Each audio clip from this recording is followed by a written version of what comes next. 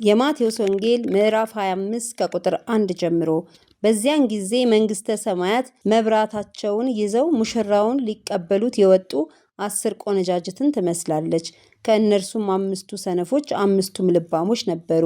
ሰነፎቹ መብራታቸውን ይዘው ከእነርሱ ጋር ዘይት አልያዙምና፣ ልባሞቹ ግን ከመብራታቸው ጋር በማሰሯቸው ዘይት ያዙ። ሙሽራውም በዘገየ ጊዜ ሁሉ እንቅልፍ አላቸውና ተኙ።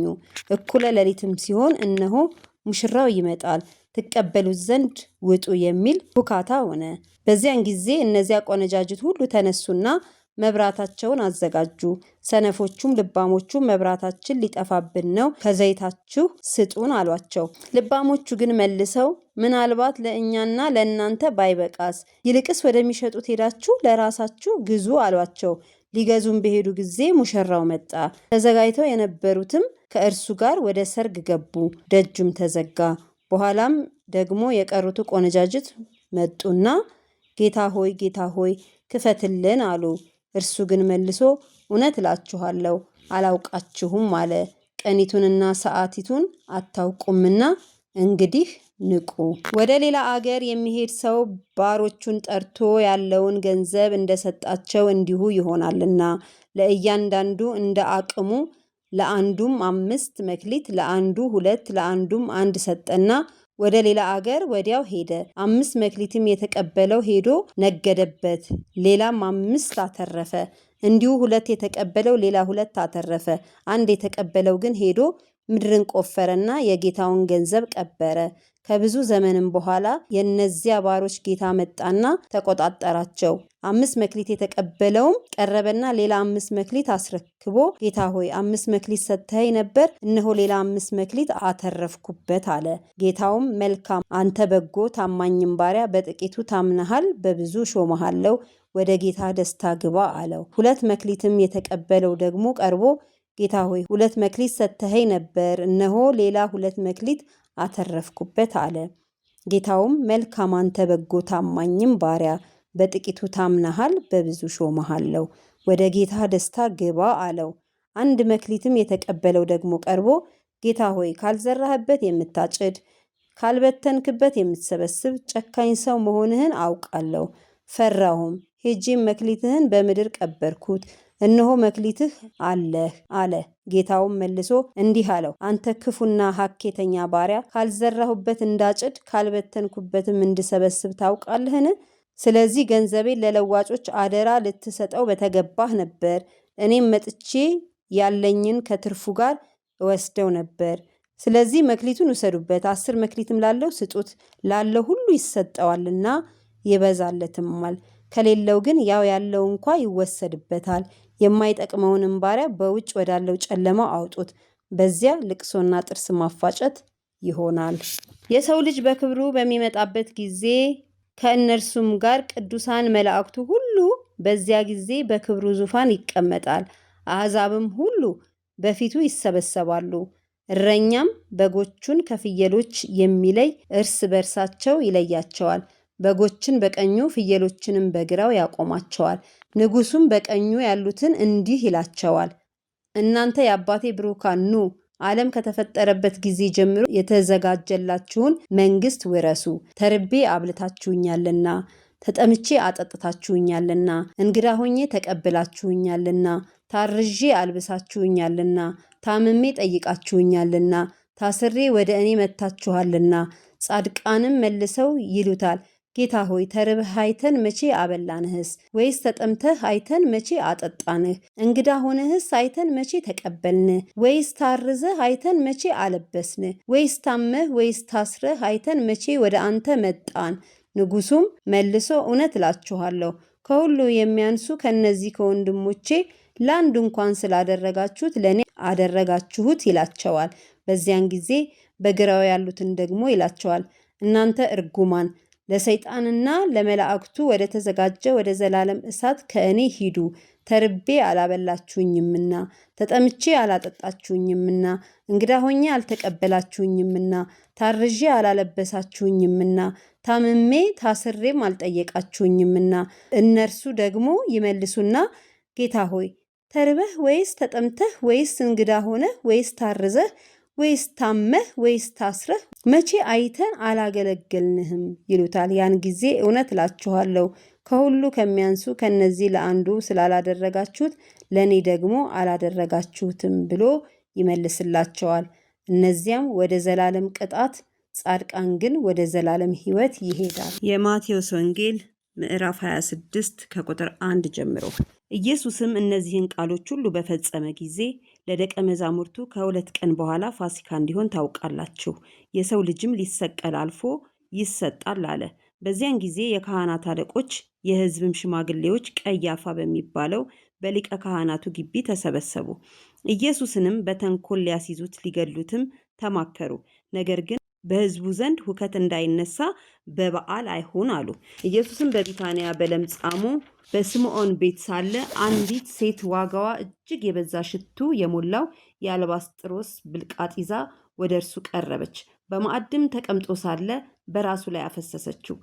ደቀ መዛሙርቱም ይህን አይተው ተቆጡና ይህ ጥፋት ለምንድን ነው? ይህ በብዙ ዋጋ ተሸጦ ለድሆች ሊሰጥ ይቻል ነበረና አሉ። ኢየሱስ ይህን አውቆ እንዲህ አላቸው፣ መልካም ሥራ ሰርታልኛለችና ሴቲቱን ስለምን ታደክሟታላችሁ? ድሆች ሁልጊዜ ከእናንተ ጋር ይኖራሉና እኔ ግን ሁልጊዜ ከእናንተ ጋር አልኖርም። እርሷ ይህን ሽቱ በሰውነቴ ላይ አፍስሳ ለመቃብሬ አደረገች። እውነት እላችኋለሁ ይህ ወንጌል በዓለም ሁሉ በማናቸውም ስፍራ በሚሰበክበት እርሷ ያደረገችው ደግሞ ለእርሷ መታሰቢያ እንዲሆን ይነገራል። በዚያን ጊዜ የአስቆሮቱ ይሁዳ የሚባለው ከ12ቱ አንዱ ወደ ካህናት አለቆች ሄዶ ምን ልትሰጡኝ ትወዳላችሁ? እኔም አሳልፌ እሰጣችኋለሁ። እነርሱም 30 ብር መዘኑለት። ከዚያች ሰዓት ጀምሮ አሳልፎ ሊሰጠው ምቹ ጊዜ ይሻ ነበር። በቂጣው በዓል በመጀመሪያ ቀን ደቀ መዛሙርቱ ወደ ኢየሱስ ቀርበው ፋሲካን ትበላ ዘንድ ወዴት ልናሰናዳልህ ትወዳለህ? አሉት። እርሱም ወደ ከተማ ከእገሌ ዘንድ ሄዳችሁ መምህር ጊዜ ቀርቧል፣ ከደቀ መዛሙርቴ ጋር ከአንተ ዘንድ ፋሲካን አደርጋለሁ ይላል በሉት አለ። ደቀ መዛሙርቱም ኢየሱስ እንዳዘዛቸው አደረጉ፣ ፋሲካንም አሰናዱ። በመሸም ጊዜ ከ12ቱ ደቀ መዛሙርቱ ጋር በማዕድ ተቀመጠ። ሲበሉም እውነት እላችኋለሁ ከእናንተ አንዱ እኔን አሳልፎ ይሰጣል አለ። እጅግም አዝነው እያንዳንዱ ጌታ ሆይ እኔ ሆንን ይሉት ጀመር። እርሱም መልሶ ከእኔ ጋር እጁን በወጭቱ ያጠለቀ እኔን አሳልፎ የሚሰጥ እርሱ ነው። የሰው ልጅስ ስለ እርሱ እንደተጻፈ ይሄዳል። ነገር ግን የሰው ልጅ አልፎ ለሚሰጥበት ለዚያ ሰው ወዮለት፣ ያ ሰው ባልተወለደ ይሻለው ነበር አለ። አሳልፎ የሚሰጠው ይሁዳም መልሶ መምህር ሆይ እኔ እሆንን አለ። አንተ አልህ አለው። ሲበሉም ኢየሱስ እንጀራውን አንስቶ ባረከ፣ ቆርሶም ለደቀ መዛሙርቱ ሰጠና እንካችሁ ብሉ፣ ይህ ሥጋዬ ነው አለ። ጽዋውንም አንስቶ አመስግኖም ሰጣቸው፣ እንዲህም አለ፣ ሁላችሁ ከእርሱ ጠጡ። ስለ ብዙዎች ለኃጢአት ይቅርታ የሚፈሰው የአዲስ ኪዳን ደሜ ይህ ነው። ነገር ግን እላችኋለሁ በአባቴ መንግሥት ከእናንተ ጋር ከዚህ ከወይን ፍሬ አዲሱን እስከምጠጣበት እስከዚያ ቀን ድረስ ከዛሬ ጀምሬ አልጠጣውም። መዝሙርም ከዘመሩ በኋላ ወደ ደብረ ዘይት ወጡ። በዚያን ጊዜ ኢየሱስ በዚች ሌሊት ሁላችሁ በእኔ ትሰናከላላችሁ፣ እረኛውን እመታለሁ፣ የመንጋውንም በጎች ይበተናሉ የሚል ተጽፏልና። ከተነሳው በኋላ ግን ወደ ገሊላ ቀድማችኋለሁ አላቸው። ጴጥሮስም መልሶ ሁሉም በአንተ ቢሰናከሉ እኔ ከቶ አልሰናከልም አለው። ኢየሱስም እውነት እልሃለሁ በዚች ሌሊት ዶሮ ሳይጮህ 3 ጊዜ ትክደኛለህ አለው። ጴጥሮስ ከአንተ ጋር መሞት እንኳ የሚያስፈልገኝ ቢሆን ከቶ አልክድህም አለው። ደቀ መዛሙርቱ ሁሉ ደግሞ እንደዚሁ አሉ። በዚያን ጊዜ ኢየሱስ ከእርሱ ጋር ጌቴሰማኒ ወደምትባል ስፍራ መጣ። ደቀ መዛሙርቱንም ወዲያ ሄጄ ስጸልይ ሳለ በዚህ ተቀመጡ አላቸው። ጴጥሮስም 2ቱን የዘብዴዎስን ልጆች ወስዶ ሊያዝን ሊተክዝም ጀመር። ነፍሴ እስከ ሞት ድረስ እጅግ አዘነች፣ በዚህ ቆዩ፣ ከኔ ጋር ትጉ አላቸው። ጥቂት ወደፊት እልፍ ብሎ በፊቱ ወደቀና ሲጸልይ አባቴ ቢቻልስ ይህች ጽዋ ከእኔ ትለፍ፣ ነገር ግን አንተ እንደምትወድ ይሁን እንጂ እኔ እንደምወድ አይሁን አለ። ወደ ደቀ መዛሙርቱም መጣ። ተኝተውም አገኛቸውና ጴጥሮስን እንዲሁም ከኔ ጋር አንዲት ሰዓት እንኳ ልትተጉ አልቻላችሁምን? ወደ ፈተና እንዳትገቡ ትጉና ጸልዩ። መንፈስስ ተዘጋጅታለች፣ ሥጋ ግን ደካማ ነው አለው። ደግሞ ሁለተኛ ሄዶ ጸለየና አባቴ ይህች ጽዋ ሳልጠጣት ታልፍ ዘንድ የማይቻል እንደሆነ ፈቃድ ትሁን አለ። ደግሞም ወጥቶ ዓይኖቻቸውን በእንቅልፍ ከብደው ነበርና ተኝተው አገኛቸው። ደግሞም ትቷቸው ሄደ። ሶስተኛም ያንኑ ቃል ደግሞ ጸለየ። ከዚያ ወዲያ ወደ ደቀ መዛሙርቱ መጥቶ እንግዲህ ተኙ እረፉም፣ እነሆ ሰዓቲቱ ቀርባለች፣ የሰው ልጅም በኃጢአተኞች እጅ አልፎ ይሰጣል። ተነሱ እንሂድ፣ እነሆ አሳልፎ የሚሰጠኝ ቀርቧል አላቸው። ይህንም ገና ሲናገር እነሆ ከ12ቱ አንዱ ይሁዳ መጣ። ከእርሱም ጋር ብዙ ሕዝብ ሰይፍና ጎመድ ይዘው ከካህናት አለቆችና ከሕዝቡ ሽማግሌዎች ዘንድ መጡ። አሳልፎ የሚሰጠውም የምስመው እርሱ ነው፣ ያዙት ብሎ ምልክት ሰጥቷቸው ነበር። ወዲያውም ወደ ኢየሱስ ቀረበና መምህር ሆይ ሰላም ላንተ ይሁን ብሎ ሳመው። ኢየሱስም ወዳጄ ሆይ ለምን ነገር መጣህ አለው። በዚያም ጊዜ ቀረቡ፣ እጃቸውንም በኢየሱስ ላይ ጭነው ያዙት። እነሆም ከኢየሱስ ጋር ከነበሩበት አንዱ እጁን ዘርግቶ ሰይፉን መዘዘና የሊቀ ካህናቱን ባሪያ መትቶ ጆሮውን ቆረጠው። በዚያን ጊዜ ኢየሱስ እንዲሁ አለው፣ ሰይፍ የሚያነሱ ሁሉ በሰይፍ ይጠፋሉና ሰይፍህን ወደ ስፍራው መልስ። ወይስ አባቴን እንድለምን እርሱም አሁን ከ12 ጭፍሮች የሚበዙ መላእክት እንዲሰድልኝ የማይቻል ይመስልሃልን? እንግዲህ እንዲህ ከሆነስ እንደዚህ ሊሆን ይገባል የሚሉ መጽሐፍት እንዴት ይፈጸማሉ? በዚያን ሰዓት ኢየሱስ ለሕዝቡ ወንበዴን እንደምትይዙ ሰይፍ ጎመድ ይዛችሁ ልትይዙ ይመጣችሁን? በመቅደስ ዕለት ዕለት እያስተማሩ ከእናንተ ጋር ስቀመጥ ሳለሁ አልያዛችሁኝም። ነገር ግን ይህ ሁሉ የሆነ የነቢያት መጽሐፍት ይፈጸም ዘንድ ነው አለ። በዚያን ጊዜ ደቀ መዛሙርቱ ሁሉ ትተውት ሸሹ። ኢየሱስን የያዙትም ጻፎችና ሽማግሌዎች ወደ ተከማቹበት ወደ ሊቀ ካህናቱ ወደ ቀያፋ ወሰዱት። ጴጥሮስ ግን እስከ ሊቀ ካህናቱ ግቢ ድረስ ሩቅ ሆኖ ተከተለው። የነገሩን ፍጻሜ ያይ ዘንድ ወደ ውስጥ ገብቶ ከሌሎች ጋር ተቀመጠ። የካህናት አለቆችና ሽማግሌዎች ሸንጎውንም ሁሉ እንዲገድሉት በኢየሱስ ላይ የሐሰት ምስክር ይፈልጉ ነበር፣ አላገኙም። ብዙ የሐሰት ምስክሮች ምንም ቢቀርቡ አላገኙም። በኋላም 2 ቀርበው ይህ ሰው የእግዚአብሔርን ቤተ መቅደስ አፍርሼ በ3 ቀን ልሰራው እችላለሁ ብሏል አሉ። ሊቀ ካህናቱም ተነስቶ እነዚህ የሚመሰክሩብህ አንድስ እንኳ አትመስልምን አለው። ኢየሱስ ግን ዝም አለ። ሊቀ ካህናቱም አንተ የእግዚአብሔር ልጅ ክርስቶስ የሆንህ እንደሆነ እንድትነግረን በሕያው እግዚአብሔር አምልሃለሁ አለው። ኢየሱስም አንተ አልህ፣ ነገር ግን እላችኋለሁ ከእንግዲህ ወዲህ የሰው ልጅ በኃይል ቀኝ ሲቀመጥ በሰማይ ደመና ሲመጣ ታያላችሁ አለው። በዚያን ጊዜ ሊቀ ካህናቱ ልብሱን ቀዶ ተሳድቧል። እንግዲህ ወዲህ ምስክሮች ስለምን ያስፈልገናል? እነሆ ስድቡን አሁን ሰምታችኋል። ምን ይመስላችኋል አለ። እነርሱም ሞት ይገባዋል ብለው መለሱ። በዚያን ጊዜ በፊቱ ተፉበት፣ ጎሰሙትም። ሌሎችም በጥፊ መትተው ክርስቶስ ሆይ በጥፊ የመታህ ማን ነው? ትንቢት ተናገርልን አሉ። ጴጥሮስም ከቤት ውጪ በአጥሩ ግቢ ተቀምጦ ነበር። አንዲት ገረድም ወደ እርሱ ቀርባ አንተ ደግሞ ከገሊላው ከኢየሱስ ጋር ነበርህ አለችው። እርሱ ግን የምትይውን አላውቀውም ብሎ በሁሉ ፊት ካደ። ወደ በሩም ሲወጣ ሌላይቱ አየችውና በዚያ ላሉት ይህ ደግሞ ከናዝሬቱ ከኢየሱስ ጋር ነበረ አለች። ዳግመኛም ሲልም ሰውየውን አላውቀውም ብሎ ካደ። ጥቂትም ቆይተው በዚያ ቆመው የነበሩት ቀርበው ጴጥሮስን አነጋገርህ ይገልጥሃልና በእውነት አንተ ደግሞ ከእነርሱ ወገን ነህ አሉት። በዚያን ጊዜ ሰውየውን አላውቀውም ብሎ ሊረገምና ሊምል ጀመረ። ወዲያውም ዶሮ ጮኸ። ጴጥሮስም ዶሮ ሳይጮህ 3 ጊዜ ትክደኛለህ ያለው የኢየሱስ ቃል ትዝ አለው። ወደ ውጭም ወጥቶ መራራ ልቅሶ አለቀሰ። የማቴዎስ ወንጌል ምዕራፍ 27 ከቁጥር 1 ጀምሮ። ሲነጋም የካህናት አለቆችና የሕዝብ ሽማግሌዎች ሁሉ ሊገድሉት በኢየሱስ ላይ ተማከሩ።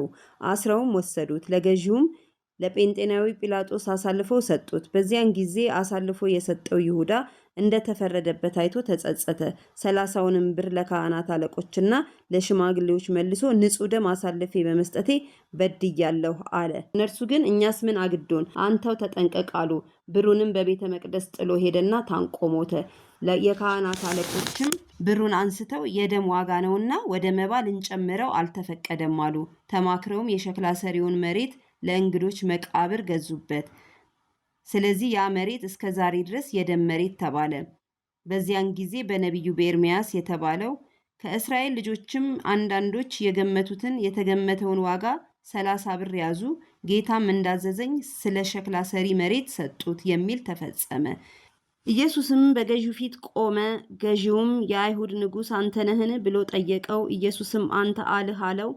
የካህናት አለቆችም ሽማግሌዎችም ሲከሱት ምንም አልመለሰም። በዚያን ጊዜ ጲላጦስ ስንት ያህል እንዲመሰክሩብህ አትሰማምን አለው። ገዢውም እጅግ እስኪደነቅ ድረስ አንዲት ቃልስ እንኳ አልመለሰለትም። በዚያም በዓል ሕዝቡ የወደዱትን አንድ እስረኛ ሊፈታላቸው ለገዢው ልማድ ነበረው። በዚያን ጊዜም በርባን የሚባል በጣም የታወቀ እስረኛ ነበራቸው።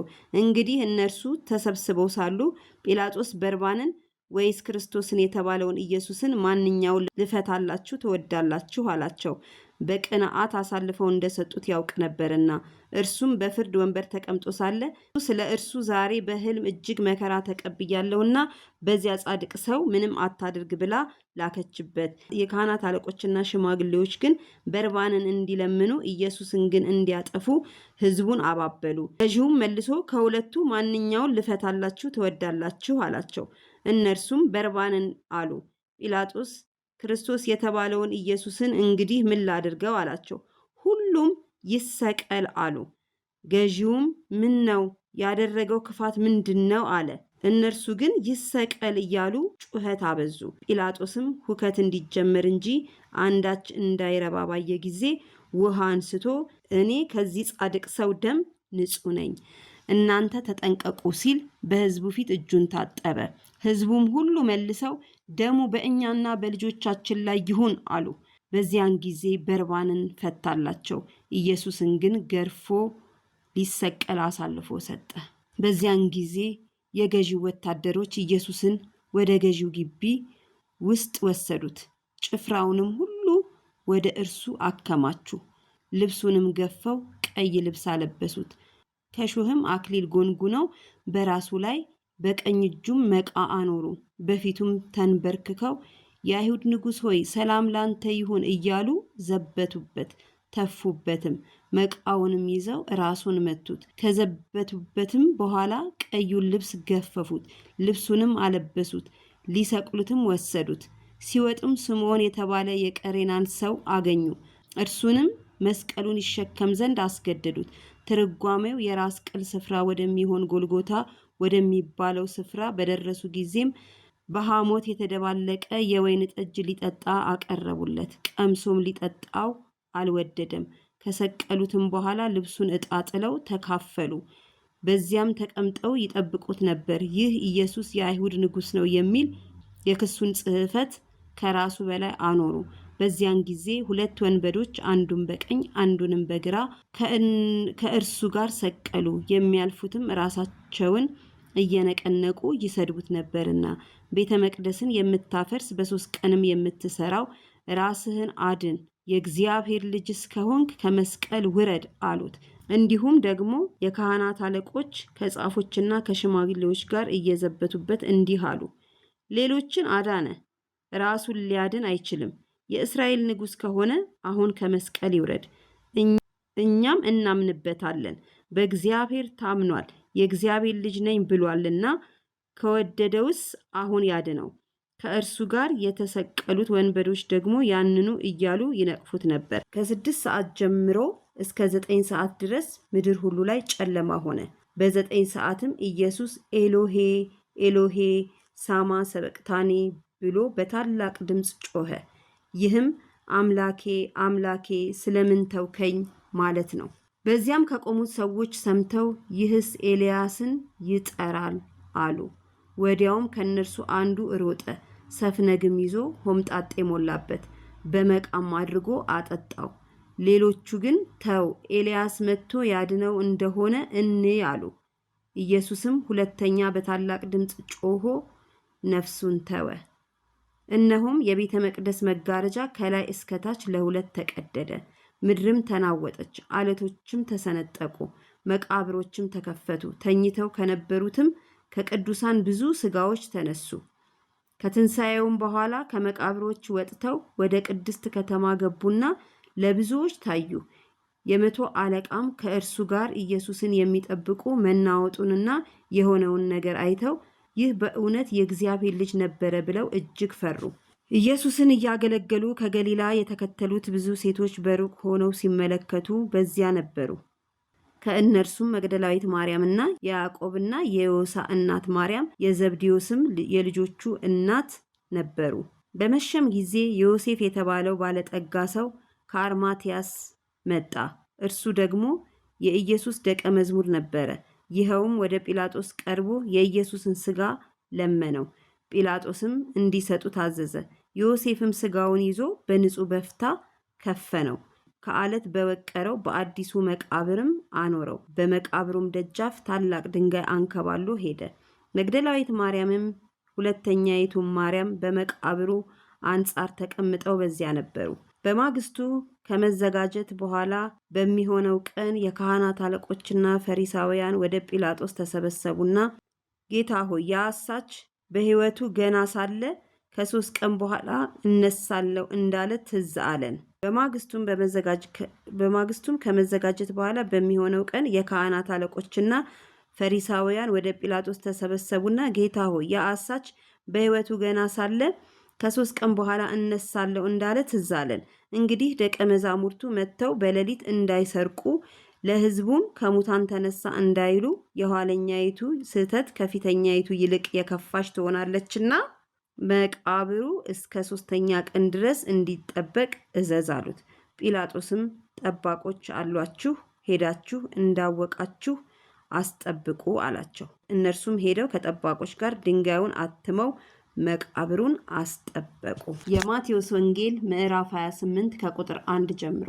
በሰንበትም መጨረሻ መጀመሪያው ቀን ሊነጋ መግደላዊት ማርያምና ሁለተኛይቱ ማርያም መቃብሩን ሊያዩ መጡ። እነሆም የጌታ መልአክ ከሰማይ ስለወረደ ታላቅ የምድር መናወጥ ሆነ።